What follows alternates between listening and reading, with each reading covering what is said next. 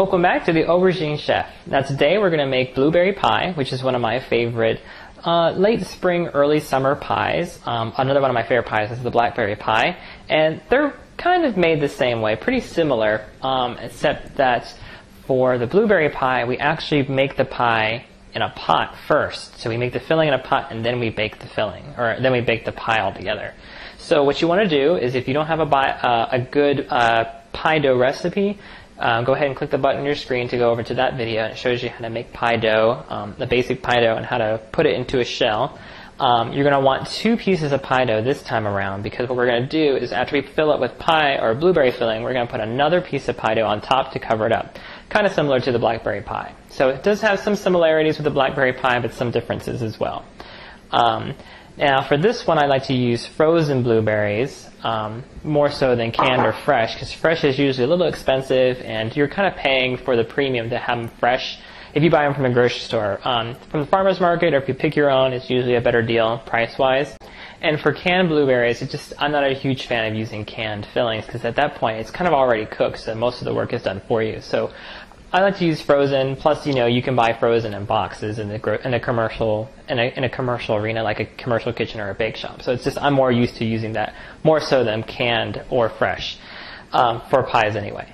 So why don't we go ahead and just get started.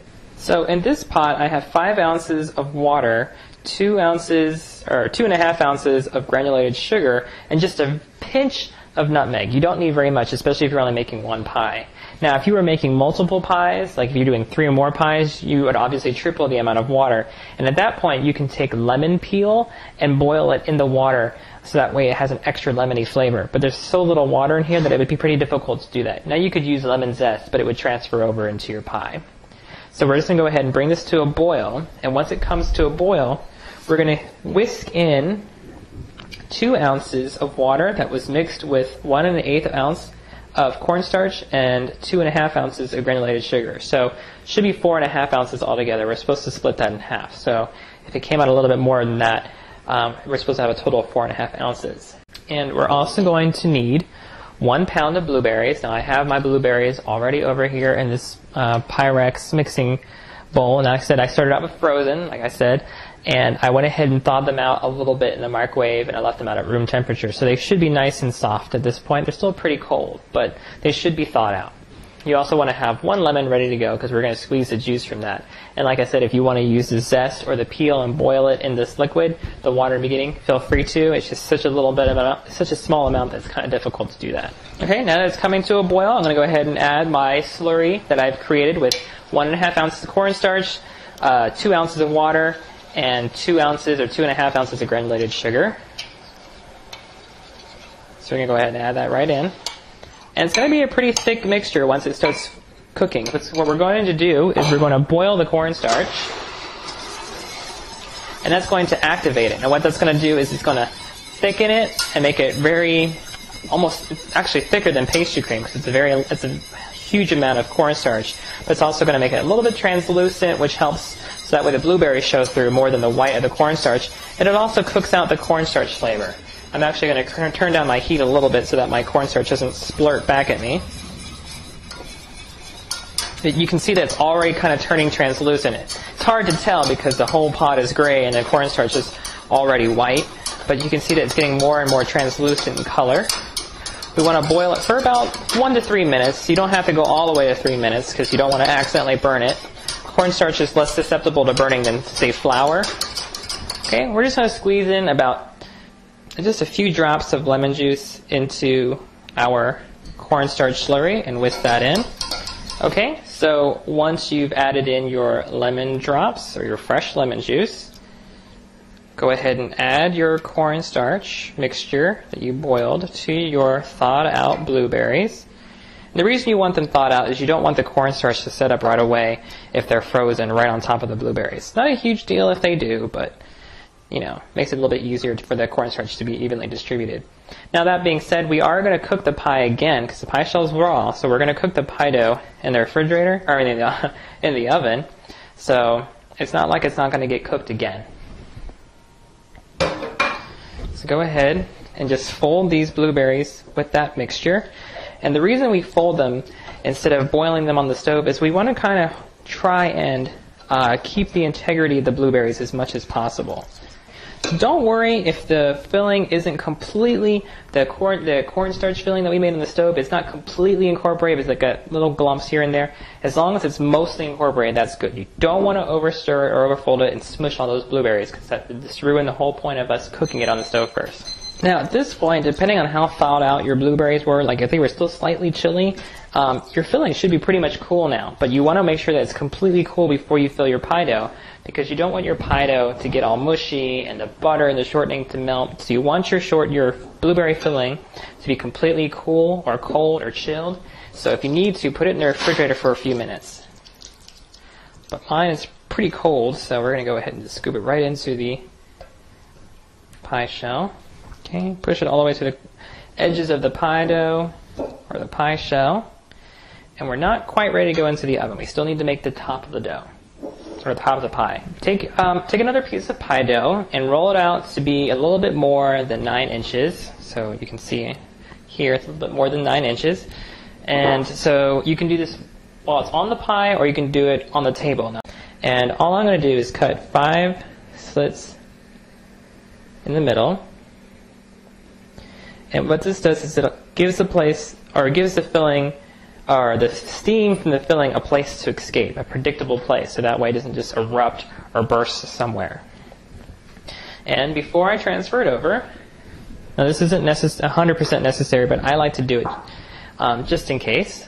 I have a clean spot right here I can work on. And what I'm going to do is I have some egg wash that I made real quick. It's just 1 egg with a splash of water and a pinch of salt.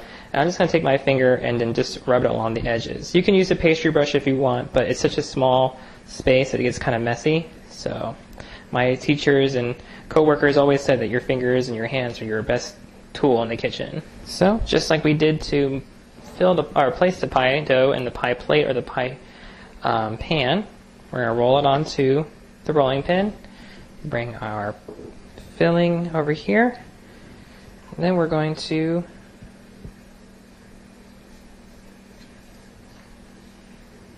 unroll our pie dough.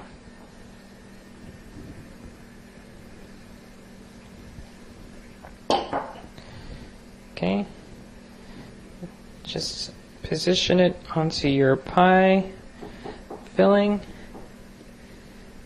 Squish down on the edges. And then to tear it off, you can see this. Same way for the pie shell, you can use this too. Just push it against the pie plate and then tear off. So you're kind of using like the pie plate as a cutter.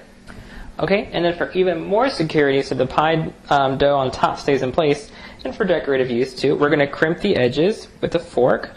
And all we're doing is just on the edge where the pie dough for the pie shell and the pie top meet, we're just going to push down with the fork.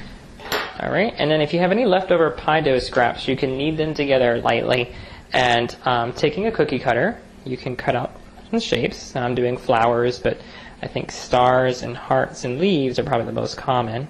We're going to come back to our pie.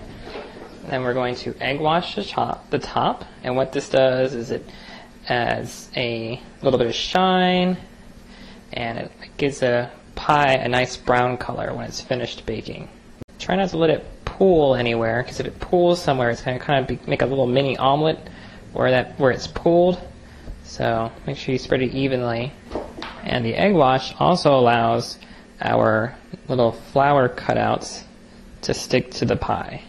And you can egg wash their flowers, their decoration as well, but I'm going to leave it unwashed, so that way they kind of stand out. The pie top will get brown. These will be a little bit lighter, so we'll have different shades of baked good. So we're going to go ahead and put this into the oven. I'm going to dust off the bottom, make sure there's no flour or pie dough on it, so that way it doesn't get on my oven, in my oven. Okay, and we're going to bake it at 400 degrees for about 20 to 30 minutes until the pie crust browns and the filling is nice and bubbly. Remember, the filling is mostly cooked, so it's not like we have to cook anything out of the filling. It's mostly that we're just getting the pie dough cooked from the bottom of the shell and on the top of the pie filling. Okay, so the blueberry pie just came out of the oven. It's nice and hot. You can still see the filling still nice and bubbly. I got a little bit of a hole over here, probably because that's where the butter or the shortening was and it melted. Not a huge deal. I'm not worried about it. It's still going to taste great. It still looks pretty nice. and it held together, it held its shape along the edges, and it's got that nice brown color from the egg wash like I told you about. And the decoration on top didn't get as brown, so if you didn't egg wash it, this is what it would look like. So it still stands out a little bit. Alright, so I'm going to let my blueberry pie cool off all the way. I might even chill it so that way it makes nice clean slices when I cut into it. But other than that, that's pretty much all you need to do for this blueberry pie. Serve it with some whipped cream or some cookies and milk, and you've got a delicious dessert. So I hope you learned a lot today. Thank you for watching, and remember, the Aubergine Chef demystifying dessert one recipe at a time.